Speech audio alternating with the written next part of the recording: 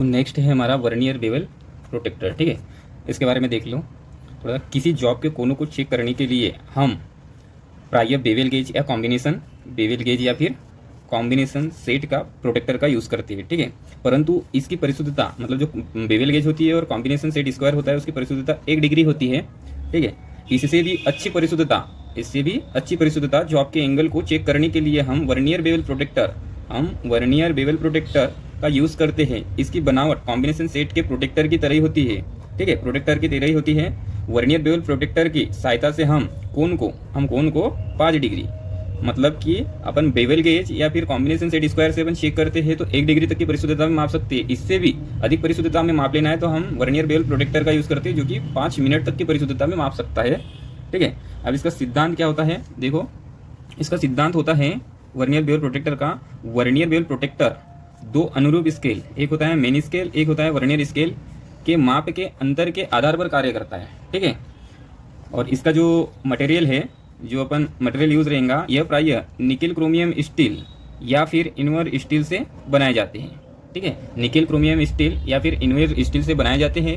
अब इसके पार्ट्स के बारे में जानकारी लेंगे, वर्नियर बेवल प्रोटेक्टर के पार्ट्स के बारे में जानकारी। ठीक है, तो एक होती है डिस्क यानी चकती। डायग्राम में देखिए, ये होती है डिस्क जिसको अपन चकती बोलते हैं। ठीक है, तो यह निकेल क्रोमियम स्टील की बनी होती है। क्या की बनी होती है? निकेल क्रोमियम स्टील की बनी होती है डिस्क। एक वृत्ताकार पीस के आकार का बना होता है। ठीक है, ये जो डिस्क है एक वृत्ताकार पीस के आकार का बना हुआ है। इसके मध्य में एक एक्सल स्क्रू लगा होता है। ठीक है, इसके मध्य में जो लगा होता है यहाँ पे, इसको बोलते हैं अपन एक्सल स्क्रू। ठीक है, एक्सल स्क्रू लगा होता है, इसको लॉकिंग स्क्रू भी कहा जाता है। ठीक है, इसके एक्सल स्क्रू को अपन क्या कहते हैं? लॉकिंग स्क्रू भी कहते हैं। ठीक है, तथा इसकी परिधि को 360 डिग्री में एक अंश डिग्री में ग्रेजुएटेड ग्रुप में बांटा जाता है। मतलब जो ये डिस्क अपनी है इसको 360 डिग्री में बांटा गया है, एक डिग्री के निशान में। ठीक है, ग्रेजुएशन 0 से 90 डिग्री तक। ठीक है, फिर 90 से घटते हुए क्रम में 0 डिग्री तक बने होते हैं। ठीक है, इसमें 0 डिग्री के सामने दूसरा 0 होता है तथा 90 के ठीक सामने दूसरा 90 होता है और स्टॉक की ओर 0 होता है। कहने का मतलब क्या है कि जैसे इसमें 360 डिग्री को एक डिग्री में बांटा गया है तो 0 के ठीक सामने 0 होगा और 90 डिग्री के सामने 90 होगा और जो स्टॉक की ओर जो प्राप्त होगा जैसे माप लेते समय वो 0 स्टॉक की ओर प्राप्त होगा। ठीक है, अब स्टॉक क्या होता है ये देखिए। यह डिस्क के साथ सॉलिड रूप से जुड़ा होता है। ठीक है, ये जो डिस्क है, डिस्क के साथ में ये स्टॉक है। ठीक है, स्टॉक सॉलिड रूप से जुड़ा होता है।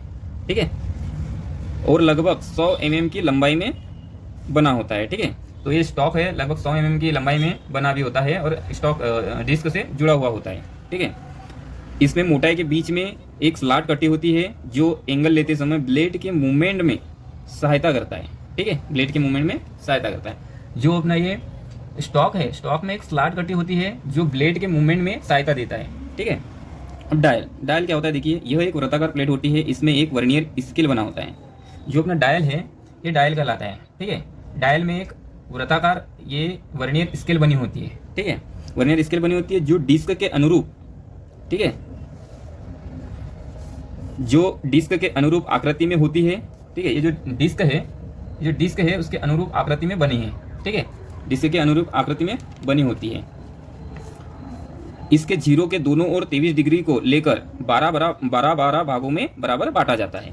मतलब कि जो ये वर्नियर स्केल है इसको 23 डिग्री में बनाया जाता है और ये जो 0 रहता है मध्य में, इसके 12 भागों में 23 डिग्री को बांटा जाता है। इधर 12 भाग होंगे, इधर 12 भाग होंगे। ठीक है, यह डिस्क में लगे एक्सल स्क्रू में फिट रहती है तथा इसके लॉक करने के लिए डायल में लॉकिंग स्क्रू होता है, डिस्क पर स्वतंत्र रूप से घूमता है। ठीक है, ये जो है इसमें लॉक करने के लिए लॉकिंग स्क्रू होता है और ये डिस्क पर स्वतंत्र रूप से घूम सकती है। ठीक है,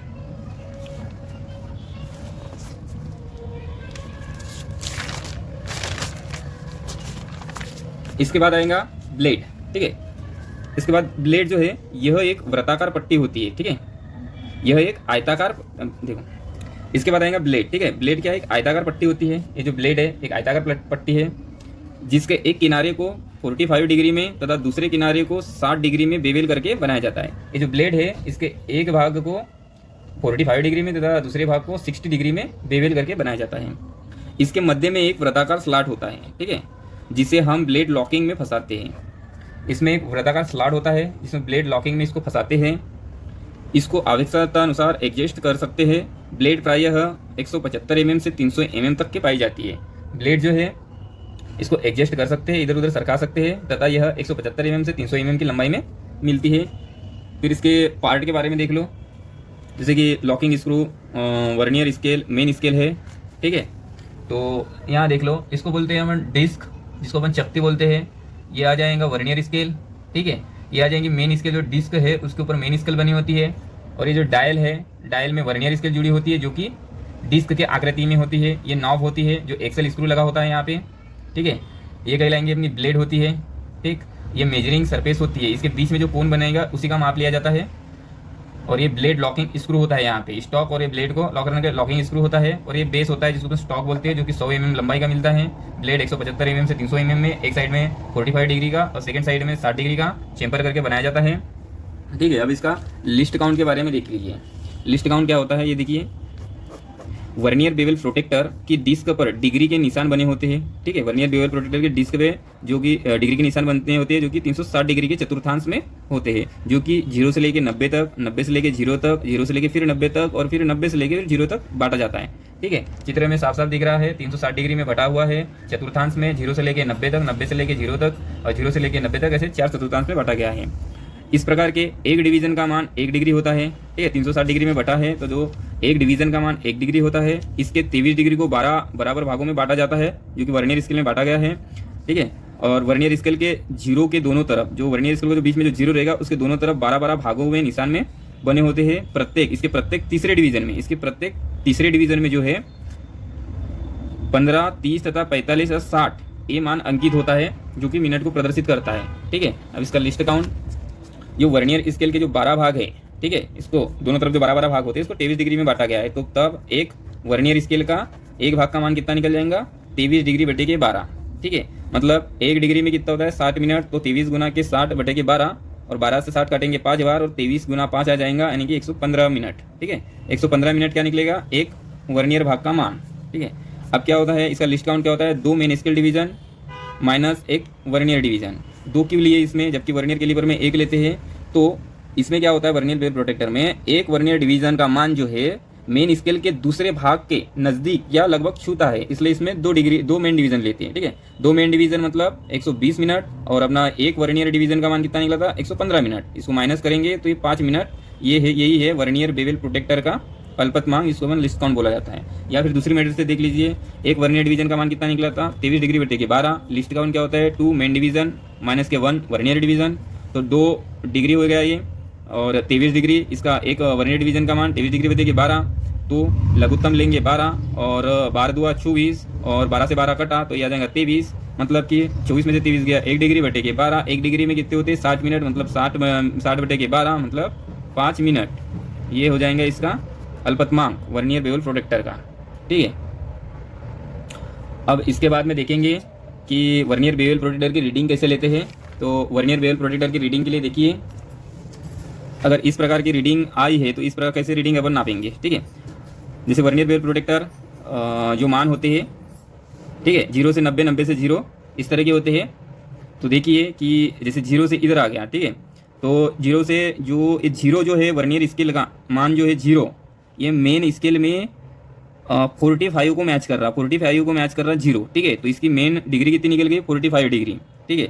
अब ये जो मेन स्केल है, मेन स्केल का कौन सा भाग कौन से वर्नियर स्केल के भाग को छूता है, तो इसका जो भाग है ये वाला, ये 45 मिनट को यहाँ पे टच कर रहा है, मतलब ये मिनट निकल गया इसका 45, ठीक है। जबकि ये रीडिंग है क्लॉकवाइज, एक होता है क्लॉकवाइज, एक होता है एंटी क्लॉकवाइज। एंटी क्लॉकवाइज वाला बाद में देखेंगे रीडिंग, ये क्लॉकवाइज। तो क्लॉकवाइज कितना निकला, 45 डिग्री और 45 मिनट, ठीक है। अब एक एंटी क्लॉकवाइज वाला उदाहरण देखते हैं।